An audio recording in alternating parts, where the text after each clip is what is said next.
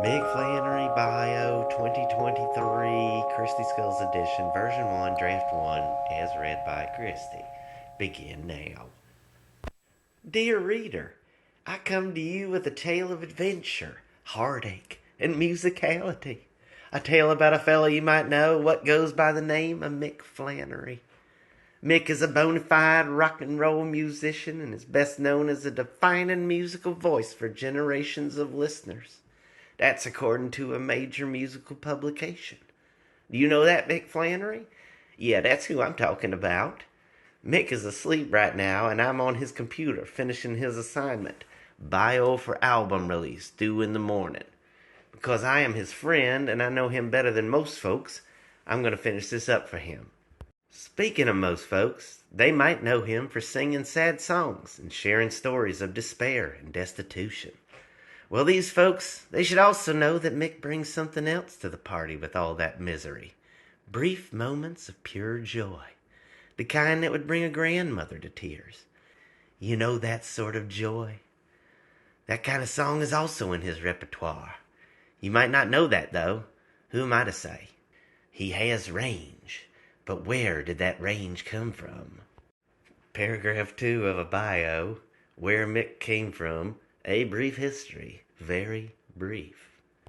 Mick was born near the Blarney Castle in the Republic of Ireland. He was a kick-ass, rough-and-tumble kid and did sweet tricks on his bike on the way to church every Wednesday and Sunday. He learned everything there was to know about the teachings of our Lord Almighty, and then he wrote his own Bible and was excommunicated from the church. Now, in those days, folks got excommunicated, or ex-commed, as the locals would say. Well, that was like the mark of Daniel. You didn't want that. Couldn't buy bread in the shop, couldn't buy pints at the pub, couldn't sit with a sheep on the hillside, because even the sheep knew. So best thing a young fella could do was head off to a rocky island and die. Well, Mick took the first step, found himself on a rocky old island off the coast of Clare. This island is where we set our next scene. Part 3 in a bio, Gift of Rock. Many seasons came and went. The weather pounded the thatched roof of Mick's tiny rock hovel on that miserable rocky island. On that rainy, deserted island all alone, Mick taught himself to play chess during the storms, taught himself how to build rock walls during the sunshine days. He sat beneath rainbows and kilometers of walls that he laid day after day, and studied chess moves in the dark of night by candlelight. He got really good at chess. He got really good at building rock walls. And one day, as he was moving some rocks from one part of the desolate field to another, a giant shaft of light split the dark gray and gloomy sky, and cast a ray of sunshine down upon Mick. A stern fatherly voice boomed from the clouds. "Art thou Mick Flannery?" And Mick responded with a confident, "I am." And at that moment the voice in the sky started to boom again, but was interrupted by a loud cracking noise from below. The little island split in two, and a giant ray of lava sunshine shot forth, and a different stern fatherly voice boomed from the center of the earth. "Art thou Mick Flannery?" And Mick again responded, "I am." And would you believe it? It was the Lord and the devil both coming to the little rock island to challenge Mick on the same day. Can you imagine? Mick brushed his hands on his trousers and looked them both square in the eyes. "Well, you found me. Congratulations. Was it worth it? Because despite your violent behavior, the only thing you've managed to break so far is my heart.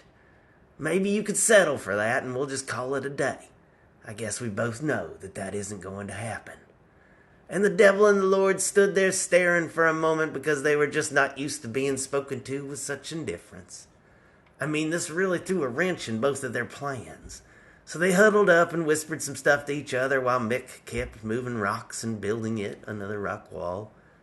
When they turned back around, they announced in unison, "We both have heard about your great self-taught chess skills and stone-laying artistry. But if you care to take a dare, we'll make a bet with you." And old Mick stopped moving rocks and he said, "Oh, I care, all right. Ain't a person I can't beat playing chess, and ain't a person on the earth that can build a better rock wall than me. The devil and the Lord continued in unison, "Well, then we bet that we can beat you at both rock laying and chess slaying, because we are not of this earth. We will bet you this guitar of gold and a life of elite rock star status for eternity, like Bowie." Well, Mick spit on the ground, lit up a cigarette, striking a tough guy pose as he did, and he yelled back, "And if I lose?" And the devil and the Lord laughed and said, "Well, then we get your soul, half each. Like, we both split the soul right up after we take it. I have my preferred half and he has his." And they both pointed at each other and laughed. Mick stepped forward and spit again, smashing his cigarette out on a large stone beside him. Thunder cracked in the distance, and in one move he laid down his homemade chessboard and flicked his homemade spade against a rock, causing a quick spark. "I'll give you a head start on the wall, devil, and Lord, you got white." Boulders burst from the earth, and the devil started stacking them in crazy, menacing rows. Mick started gathering stones with a casual ease. The Lord made his first move, E4, and Mick countered coolly with an E5. Mick ran back and forth, laying down what appeared to be quite a perfect rock wall, and then straight back to the chessboard for his moves. The Lord played KE2, and Mick took quick advantage of the foolish move and decimated the Lord's pieces one by one. Move after move, he laid out 4 perfectly square walls of rock and even added a tiny swinging gate for sheep to come in and out of if they ever made their way to this lonely island. The devil was out of breath from lifting stones, and the Lord was sweating his bonehead second move of the game. Mick stared at both of them, removed his shirt to reveal some awesome abs and a cool necklace that glinted in the glow of the heavens. The Lord slowly turned his king piece on its side with a loud clang.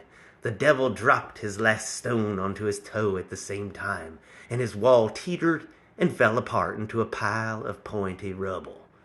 They both knew that they had been beat.